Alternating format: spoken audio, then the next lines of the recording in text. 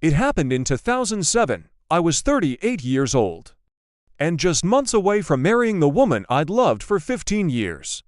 We had a home, plans, dreams, a whole future waiting. And then, one night, with a single message, everything collapsed. I still remember the sound of that moment, the quiet click of my phone unlocking, and the silence that followed when I realized what I was reading. That was the night my world ended, and the night my real life began. This is my story of love, betrayal, and the long road back to peace. Because sometimes, the people who break you are the reason you finally learn how to heal. I still remember that night like it happened yesterday. It was supposed to be the happiest time of my life, the night before our wedding. 15 years of love, laughter, and dreams, all leading up to that one day. But instead, it became the night everything fell apart. The night I found out who she really was. Her name was Rachel. We met when I was 23, and she was just 21. Back then, I was all heart and no caution. I believed love was enough to survive anything. I believed she was the one. We built a life together, little by little.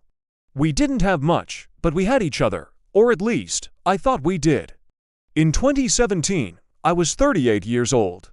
We had been together for 15 years, planning a small wedding in the fall. We'd waited so long, too long maybe. I'd always thought love that lasts a lifetime doesn't need a rush. But now I realize, sometimes waiting gives lies time to grow roots. That evening, I was at home, finalizing some last-minute details. The suit was hanging in the closet, her dress was already at her sister's place. Everything was ready. I was nervous, but happy. I poured myself a small glass of whiskey to calm down. I remember thinking, tomorrow my life finally begins. Then my phone buzzed. It was a message from Mark, my best friend since college. "Hey, man, you up?" it said. I smiled and texted back, "Barely. Big day tomorrow," but then he sent another message, "Can you talk?" It's important. Something in his tone felt off, even through text. I called him immediately. He didn't sound like himself. There was hesitation in his voice, like he didn't want to speak. "Mark, what's going on?" I asked. He paused for a long moment. Then he said quietly, "You deserve to know before tomorrow." My stomach dropped.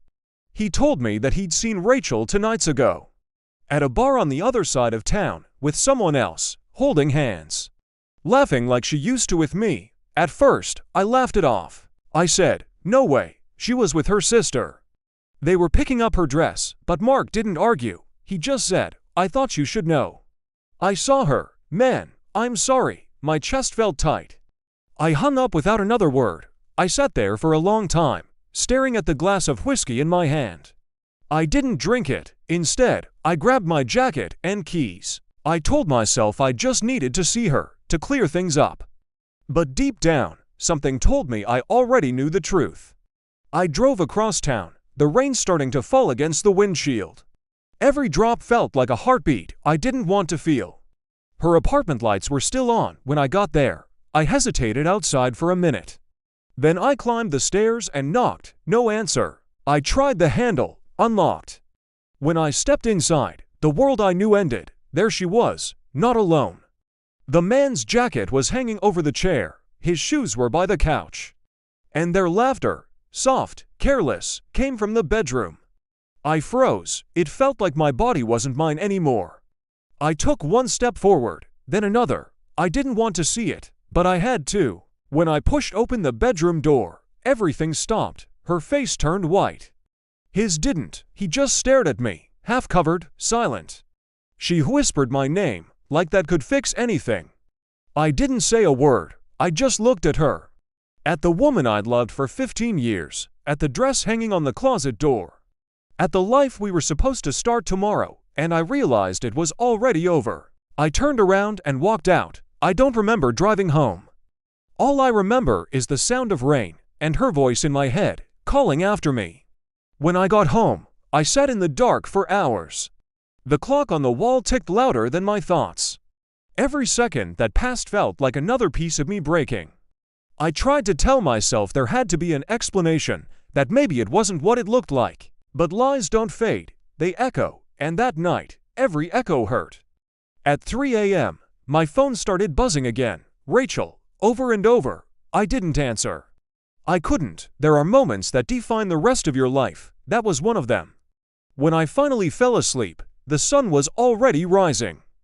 And by morning, I knew the wedding was off. I didn't need proof. I'd seen enough. But still, part of me wanted her to come and explain. To say something, anything, that could make me believe again. Because after 15 years, love doesn't die in one night. It bleeds slowly, and mine was still bleeding. When the doorbell rang around noon, I knew it was her. I didn't move. She knocked again, softer this time. "Please, open the door," she said through the wood. Her voice was shaky. I stood on the other side, my hand on the handle, my chest tight. I wanted to open it, and I wanted to disappear. Finally, I unlocked it and stepped aside. She looked different. Not like herself, like guilt had already aged her. Her eyes were red, her makeup gone. She tried to speak, but no words came. I just stood there, staring. "Say something," she whispered. "What should I say?" I replied. The silence between us was heavier than any scream. She broke down crying, said it was a mistake. That it didn't mean anything, that she still loved me. I wanted to believe her so badly it hurt, but the image of them together kept flashing in my mind. "You had 15 years, I said quietly. 15 years to be honest. She tried to reach for me, but I stepped back. I told her to leave. She begged me not to do this before the wedding. And I laughed, not because it was funny, but because I didn't know what else to do. There was no wedding anymore, just ashes where our love used to be. When she finally left, I sank to the floor. That was the moment I realized how empty a home feels when love dies inside it. And for the first time in 15 years, I was truly alone. I didn't leave the house for 3 days. I couldn't eat, couldn't sleep. I just sat in the living room, staring at nothing. Her scent was still everywhere. Her sweater on the chair, her mug in the sink. The echo of her laughter hanging in the air like a ghost. It was torture, but I couldn't bring myself to throw anything away. It felt like, if I erased her too soon, none of it would have meant anything. Mark came by on the 4th day. He didn't say much. He just sat next to me and put a hand on my shoulder. I could see the guilt in his eyes. He blamed himself for telling me. But he did the right thing. I told him that. He nodded but didn't look convinced. When he left, I went to the closet. My suit was still hanging there, untouched. The tie she picked out for me, navy blue with small silver dots, still neatly folded. I stared at it for a long time. Then I took it down and threw it into the trash. It was such a small thing, but it felt like tearing a piece of my heart out. The next morning, I went for a drive. No destination. Just the road, the gray sky, and the ache inside me. I ended up at the lake where Rachel and I used to go on Sundays. It was quiet, cold, empty. I sat on the old bench near the water, the same one where we'd once talked about our future. And that's when the memories hit me, the way she laughed the first time I kissed her. The nights we spent dreaming about a little house, kids, growing old together. 15 years of shared air, shared dreams. And now, gone, just like that. It's strange how silence can scream louder than any sound. That day, I finally cried. Not the kind of crying you can hide. The kind that empties you out completely. After that, something inside me broke, but in a way, it also started to heal. The next week was a blur. Family called, friends texted. Everyone wanted to know what happened. I didn't answer most of them. What was I supposed to say? That the woman I thought I knew was a stranger? That I was too blind to see it? There's no easy way to explain the death of trust.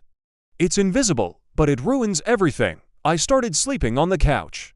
Couldn't stand the bed anymore. Too many ghosts there? Some nights I'd wake up reaching for her, only to remember. Those moments hurt the most, not because I missed her lies, but because I missed the version of her I thought was real, and that version never existed. A month passed before I saw her again. She came by unannounced. I opened the door and just stared at her. She looked smaller somehow. Like guilt had shrunk her. She asked if we could talk. I let her in, mostly out of weakness, I guess. We sat at the table, the same one where we used to have dinner together. Neither of us touched the coffee I made. She said she was sorry again. That she'd been confused, scared of the wedding, scared of losing herself. She said she didn't mean for it to happen. I wanted to scream. To ask her why 15 years wasn't enough to figure out what she wanted, but I didn't. I just sat there, numb. When she reached across the table, I pulled my hand away. She cried again. Said she missed me, that she wanted another chance. For a second, just a second, I almost believed her. But then I remembered the look on her face that night. The way she whispered my name when I found them. It wasn't love, it was guilt, and I couldn't build my life on that. So I told her to go. She begged. I shook my head. It was over, truly over. When she finally walked out, I felt both pain and relief. Pain, because I still loved her. Relief, because I finally chose myself. That night, I slept in the bed again. For the first time in weeks, it didn't feel like home yet. But it didn't feel haunted anymore either, and that was something. I realized healing isn't one big moment. It's 1,000 tiny ones, stacked quietly on top of each other. Moments where you breathe without crying. Moments where you look at the past and don't feel like drowning. And slowly, I started to live again. Time passed, slow, quiet, and heavy. Some mornings I woke up and felt almost normal. Other days, I didn't want to wake up at all. But life has a strange way of moving forward, even when you don't want it to. I went back to work after 2 months. My coworkers didn't ask questions. They could see the emptiness in my eyes. I was thankful for that silence. I threw myself into work, long hours, endless projects. Anything to stay busy, anything to avoid thinking. Nights were still the hardest. That's when memories crept in like shadows, her voice, her smile. The way she used to rest her head on my shoulder while we watched TV. But now, the space beside me was cold.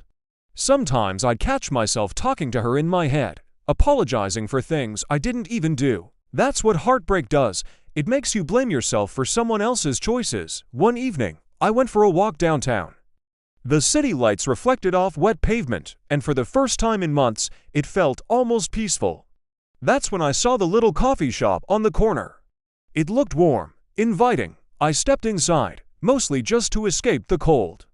And that's where I met her, Emily. She was behind the counter, humming softly while she wiped down the tables. When she looked up and smiled, it felt different. Not like the kind of smile that pulls you in, but the kind that quietly reaches you. Cold out there tonight, she said. Her voice was soft, kind. I nodded. Yeah, feels colder than it should, I replied. She poured me a cup of coffee and handed it over. On the house, she said. You look like you need it. I laughed for the first time in a long while. Is it that obvious? Maybe a little, she said with a grin. We talked for a few minutes about the weather, about nothing really. But for some reason, it felt like something. When I left that night, I felt lighter. It wasn't love. It wasn't even attraction yet. It was just warmth, something I hadn't felt in months. I went back the next evening, and the one after that. Emily always remembered my order. Black coffee, no sugar. She asked about my day. Sometimes I told her. Sometimes I didn't, but I always listened when she spoke. She had this calm way of talking about life, like she'd seen pain, but chose kindness anyway. One night, she said something that stuck with me. You can't rebuild the same house after a fire, she said. You have to build a new one, stronger, different. I didn't say anything then, but her words stayed with me. It was strange how a stranger could see what I couldn't. Over the next few weeks, I started feeling alive again. I cleaned out the apartment, gave away Rachel's things. Not out of anger, just peace. I was done carrying ghosts. Mark noticed the change. He said I looked better. He even joked that maybe I'd finally found a reason to smile again. Maybe I had. Emily and I started meeting outside the coffee shop. Walks in the park, movies, dinners that turned into hours of conversation.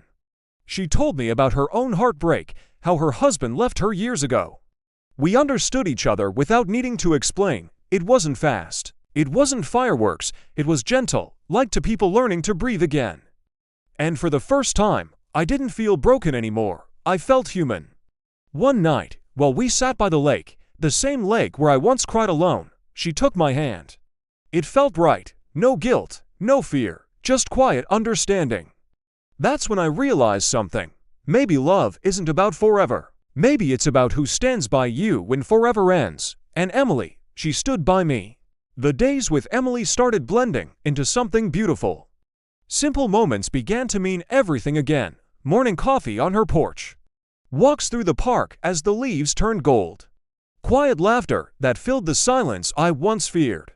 For a long time, I'd believed I'd never feel peace again. But she showed me that peace doesn't come from forgetting. It comes from forgiving, especially yourself. One evening, we sat by the lake, watching the water shimmer in the moonlight. That place used to haunt me. Now, it felt different. I used to come here to grieve, I told her. She squeezed my hand. And now I come here to remember what healing feels like. She smiled softly. I'd never seen someone who could smile with their eyes the way she did. There was no pity in her, only understanding. That night, for the first time, I told her everything, from the beginning to the end. Every detail I had buried deep. She didn't interrupt. Didn't judge, just listened. And when I finished, she said, "You know? Sometimes the hardest truth is that we can't fix people who don't want to be fixed." Her words stayed with me. Because for 15 years, that's exactly what I'd tried to do. I'd mistaken love for rescue, and now I was finally learning the difference. A few weeks later, something unexpected happened. Rachel called me. Her name flashing on my screen felt like a ghost reaching out. I stared at it for a long time before answering. Her voice was quiet, unsure. She said she was moving out of state. That she wanted to say goodbye properly. Part of me wanted to refuse. But another part, the part that had healed, wanted closure. We met at a small diner, the same one we used to go to on Sundays. It felt strange sitting across from her again. She looked older, not by years, but by regret. She told me she was sorry again. This time, I believed her. Not because I still loved her, but because I no longer hated her. I told her I forgave her. Her eyes filled with tears. She whispered, "You were always the better one." I smiled softly and said, "No, I just finally learned to let go." When I walked out of that diner, I felt a weight lift off my shoulders. The past no longer owned me. That night, I told Emily about it. She just nodded and said, "You needed that." She was right. Closure doesn't erase pain. It just lets you live beside it without bleeding. Winter came, and with it, a quiet kind of joy. Emily and I spent Christmas together. We cooked dinner, burned the cookies, laughed like kids. It wasn't perfect, and that was the best part. For the first time, I didn't want perfection. I just wanted real. One night, while we were cleaning up, she found an old photo of Rachel and me in a box. I froze for a second. She looked at it, then handed it back gently. "That was your life," she said. "Keep it. It's part of who you are." Her kindness hit me harder than any pain ever did. That's when I realized love isn't about possession. It's about peace. In February, we took a small trip to the coast. The air was cold, but the sea was beautiful. We walked barefoot along the shore, our shoes in our hands. The waves touched our feet, and I thought, this is what healing feels like. Not loud, not dramatic, just quiet acceptance. Emily laughed when the wind blew her hair into her face. She looked free, alive. And I felt lucky, truly lucky, to be there beside her. That night, sitting by the ocean, I told her something I hadn't said in years. "I love you." She didn't answer right away. She just leaned in, kissed me softly, and whispered, "I know. And I love you too." It was the simplest moment. But it was everything. We stayed there until the stars came out. Talking about life, about second chances. She said she never thought she'd love again either. That made two of us. When we drove home the next day, I looked out the window and realized how far I'd come, from betrayal to peace, from anger to gratitude. It wasn't an easy road, but it was mine. And for the first time in years, I was proud of it. Proud of the scars, proud of the survival. Because sometimes the greatest love story isn't about finding someone else, it's about finding yourself again first. Emily just happened to be there when I did, and maybe that's what made it all so real. Months passed, and life settled into something steady. We moved in together, nothing fancy, just a small house with a porch and creaky floors. Every morning she'd make coffee, and I'd sit beside her, watching the sunrise. I used to think happiness was something you chased. Now I knew. It's something you build, brick by brick, day by day. She loved gardening, and I loved watching her hands in the dirt, bringing life to things. Sometimes I'd help, though she said I talked too much and worked too little. We laughed about that. Evenings were slow, calm. We'd cook dinner, talk about nothing, and that nothing meant everything. One night, as we sat on the porch, Emily said quietly, "Do you ever think about her?" I was honest, sometimes. "But it doesn't hurt anymore," she smiled. "That's how you know you're free." She was right again. Freedom wasn't forgetting, it was remembering without pain. I looked at her and realized something profound. All the pain, all the heartbreak, all the nights I thought I'd never get through, they all led me here, to her, to peace, to life. And in that moment, I silently thanked the past for breaking me, because it gave me the chance to rebuild stronger. We stayed there for hours, wrapped in silence and starlight. And I thought, this is love, not the kind that burns, but the kind that stays. The kind that holds you steady when life shakes. Years later, when I look back on that time, I don't remember the pain as much. I remember the lessons. I remember how love returned when I least expected it. And how forgiveness, not revenge, saved me. If someone told me back then that I'd find joy again, I would have laughed. But here I am, older, wiser, at peace. And if you're listening to this, if you've been broken too, I want you to know something. It's not the end, it never is. The heart has a strange way of finding its way back to light. Even after the darkest nights, you just have to let it. Years went by faster than I expected. One day I woke up, and my hair had turned gray. The lines around my eyes told stories no one else could read, but I didn't mind. Each one meant I'd lived, loved, lost, and found again. Emily and I built a quiet life together. We never married. We didn't need to. Some bonds go beyond paper. We traveled when we could. Little trips, small towns, old diners, places that reminded me of who I used to be. She loved to photograph everything. I used to joke that one day she'd run out of film before she ran out of love. Our house became a museum of memories, photos on the walls, laughter in every corner. Sometimes I'd catch her humming in the kitchen, and I'd just stand there watching, grateful. It's funny how, when you've been through hell, peace feels like the rarest gift. Every ordinary day feels extraordinary. One afternoon, I found an old journal of mine. The one I started after Rachel left. It was full of pain, anger, confusion. I read through a few pages, and I didn't recognize the man who wrote them. I smiled, closed it, and put it away, because that man had found what he was searching for. He had found peace. Emily came in, saw the journal in my hands. She didn't ask, she just smiled knowingly. That's the thing about love in your later years, you don't need words all the time. You just understand. A few months later, she got sick. It wasn't sudden, but it was cruel. I watched her fade little by little, and each day felt like saying goodbye twice. She tried to smile through it, to make it easier for me, but I knew. One night, she held my hand and said, "Promise me something." "Anything," I whispered. "When I'm gone, don't close your heart again. Keep living." I couldn't speak. So I just nodded, tears running down my face. She passed away in spring. The house felt unbearably quiet. Every sound, every smell reminded me of her. For a while, I thought I'd never feel whole again. But then I remembered what she told me, keep living. So I did. I started volunteering at a local community center. Helping veterans, widows, anyone who needed someone to talk to. It gave me purpose again. One day, an older man asked me, "How do you move on after losing someone you love?" I thought for a moment, then said, "You don't move on. You carry them with you. You just learn to walk again." He nodded, tears in his eyes. And I realized I wasn't just helping him, I was reminding myself too. Time passed, as it always does. The pain softened, but her memory never faded. I still talk to her sometimes, when I water her favorite flowers, when the sun sets just right over the porch. When I feel her laughter in the wind, she's still with me, just in a different way. I never stopped living like she asked. I traveled, I made friends, I laughed again.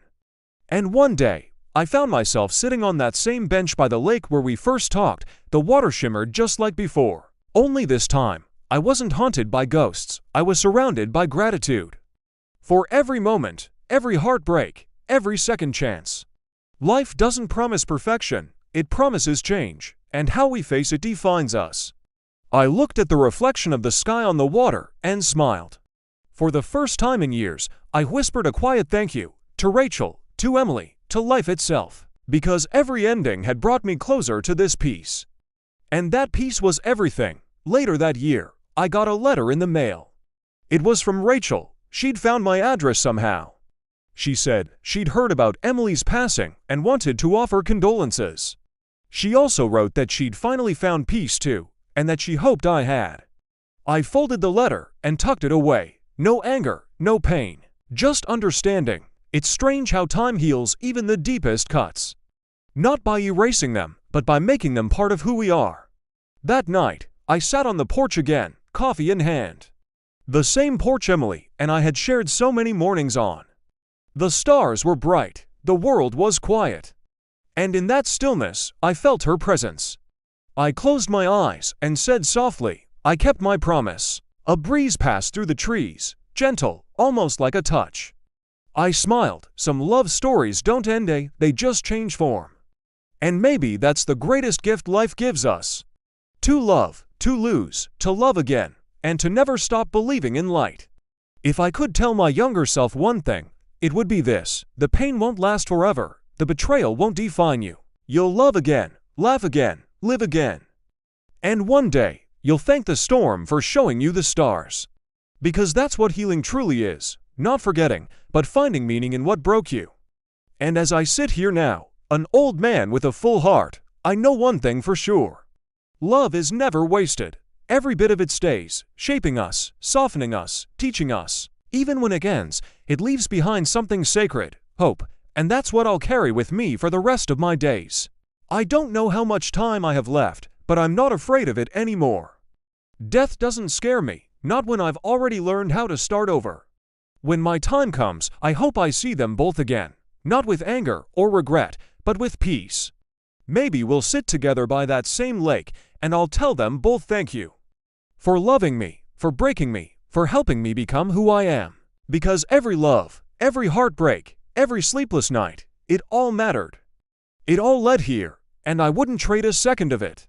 So if you're listening to this, if your heart is broken right now, believe me when I say this, it's not the end. It's the beginning of who you're meant to be. And one day, you'll look back, and the pain will feel like a distant echo, and the love, the real kind, will still be there, quietly waiting for you. Because love never dies, it just changes shape. And that's the truth I learned, the hard way, the beautiful way, the only way life ever teaches us anything worth knowing. I take one last sip of my coffee, watch the sunrise spread across the sky, and whisper to myself, this is enough, and for the first time in a long, long time, I truly mean it. I decided to write this down, not for anyone else, but for myself, for the man I once was. For the man who thought life had ended the night she walked away. If I could talk to him now, I'd tell him breathe. You will survive this, you will heal, you will love again. Not the same way, but deeper, wiser, truer. Back then, I thought love meant never being hurt. Now I know, love is what stays even after you've been broken. It's what makes you try again, even when you're scared. I'd tell him that pain isn't the enemy, it's the teacher. And if you listen close, it tells you who you are. I'd tell him not to waste his life searching for perfection. Perfection is a lie. What matters is kindness, patience, understanding, the small things. The quiet mornings with someone who sees you, truly sees you. That's where happiness lives. Not in grand gestures, but in everyday moments that whisper, you're home. I'd tell him that forgiveness is freedom. That holding on to anger is like drinking poison and hoping someone else gets sick. Let it go. Life's too short for bitterness. Every person you meet teaches you something. Even the ones who hurt you, especially them. Rachel taught me that love without trust can't survive. Emily taught me that love without freedom isn't love at all. And life taught me that every ending hides a beginning. We just don't see it right away. Sometimes it takes years, sometimes decades, but eventually it makes sense. Every tear finds its reason. Every loss leaves a seed. And one day, that seed blooms, I know that now. I see it in every sunrise, in every smile I give to a stranger, in every quiet night I spend in peace. People ask me sometimes if I regret anything. And I always say no, because regret belongs to a life unlived. And I've lived, I've loved, I've lost. And I've learned that's all anyone can hope for. If you're reading this and your heart feels shattered, please, don't close it. The world needs your love. Even if it's been broken, even if it's bruised. Because a broken heart still beats, and that means there's still hope. You just have to believe in it. Keep walking. Keep breathing. Keep loving.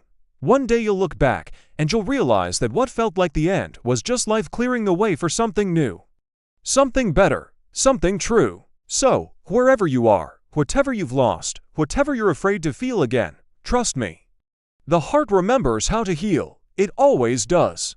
I close this letter, set it beside my coffee cup, and look out at the horizon. The sun is rising again. The light touches everything, soft, golden, forgiving. And I whisper one last time, for anyone who needs to hear it, you're going to be okay.